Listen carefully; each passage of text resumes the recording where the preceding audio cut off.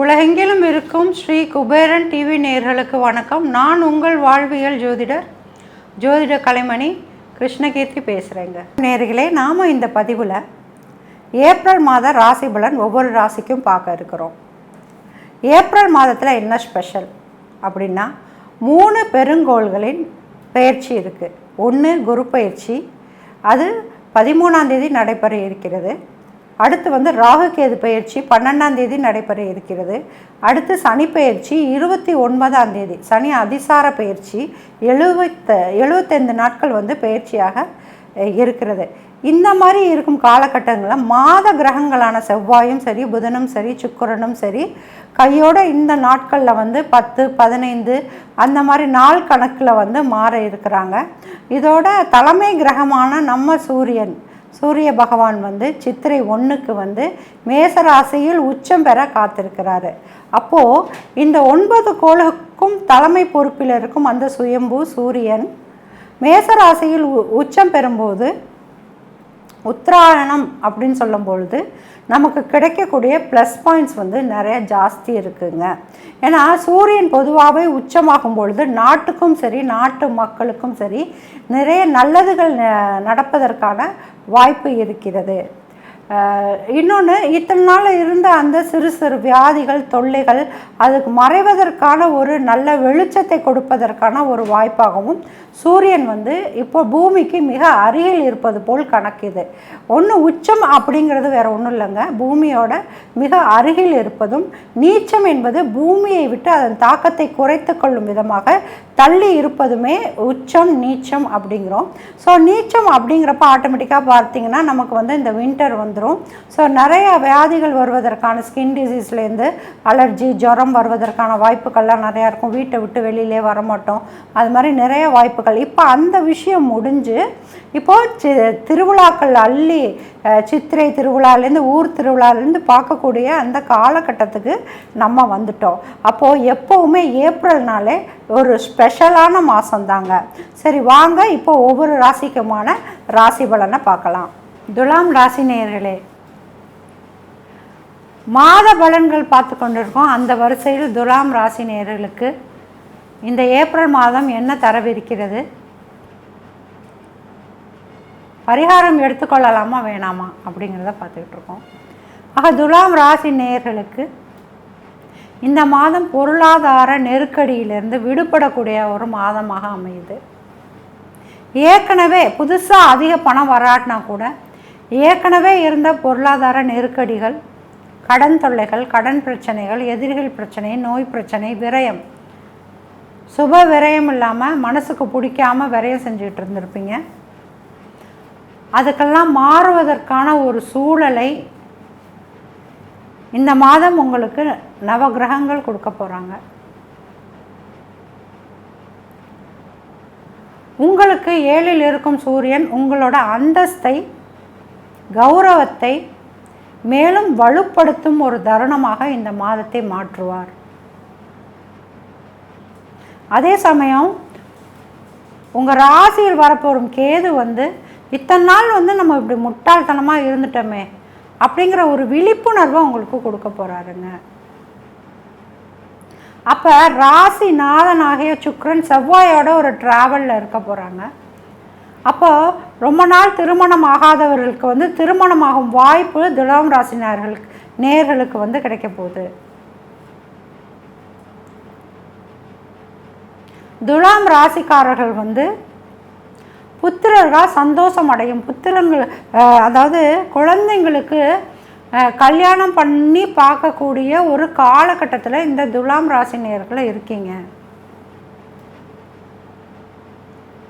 எந்த ஒரு செலவானாலும் உங்கள் கட்டுக்குள் அடங்கும் இந்த மாதம்.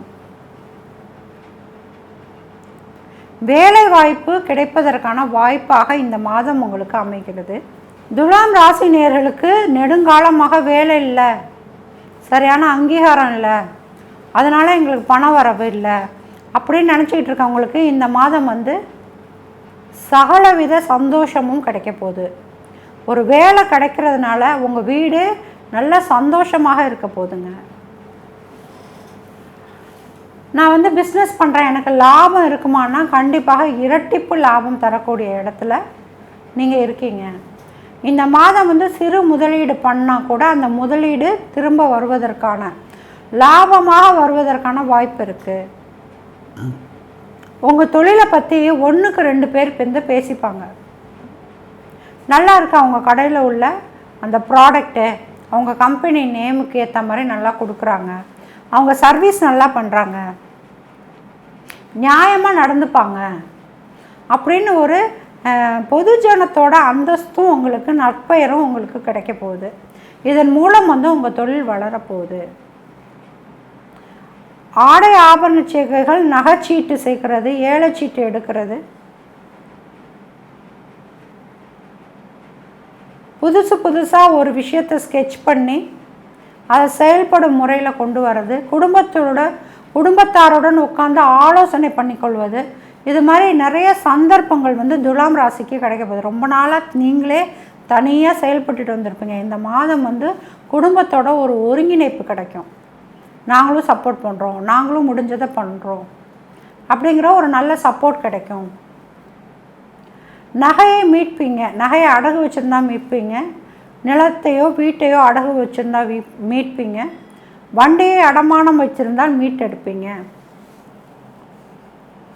அப்போ பெரிய பரிகாரங்கள் எடுத்துக்கொள்ள வேண்டிய அவசியத்தில் துலாம் ராசி நேயர்கள் இல்லை. வேற்று மொழி படைத்தவர்கள் மூலம் லாபம் வருவதற்கான, அந்தஸ்து வருவதற்கான வாய்ப்பு துலாம் ராசிக்கு இருக்குது. வேறு மொழி, வேறு மாநிலம், வேறு நாடு, அங்கேருந்து அங்கீகாரம் உங்களுக்கு கிடைக்கக்கூடிய வாய்ப்புகளாக இந்த மாதம் இருக்கிறது. நீதியையும் நேர்மையையும் தராசில் வைத்து ஒரே மாதிரி தீர்ப்பை கொடுக்கும் துலாம் ராசி நேயர்களுக்கு சரியான நியாயமான வாழ்க்கை இந்த மாதம் அமைத்து தரப்போகிறாங்க நம்ம நவகிரகங்கள்.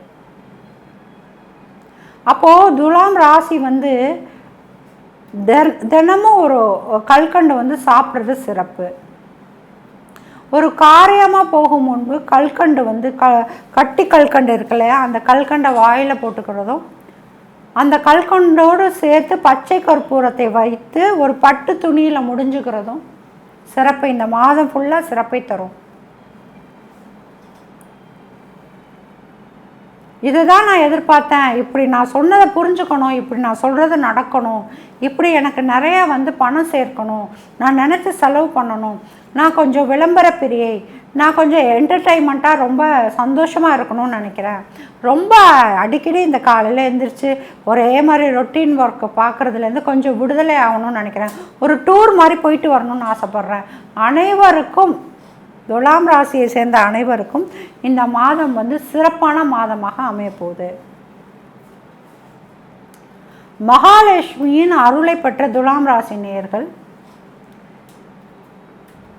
ஒரு பட்டு துணியை கர்ச்சீஃப் மாதிரி எப்பவும் வச்சுக்கிறது, ப்ளூ கலர், பிங்க் கலர், வெண்பட்டு, கல்கண்டு, பச்சை கற்பூரம் வச்சுக்கிறது சிறப்பை தரும். அடிக்கடி ஒரு காரியமாக போகும்போது ஒரு கட்டி கல்கண்டை வாயில் போட்டு சப்பிக்கிட்டே போங்க, அது மிகவும் சிறப்பை தரும். வெள்ளிக்கிழமை அதுவுமா கல்லுப்பு வாங்கி வீட்டில் ரொப்புங்க.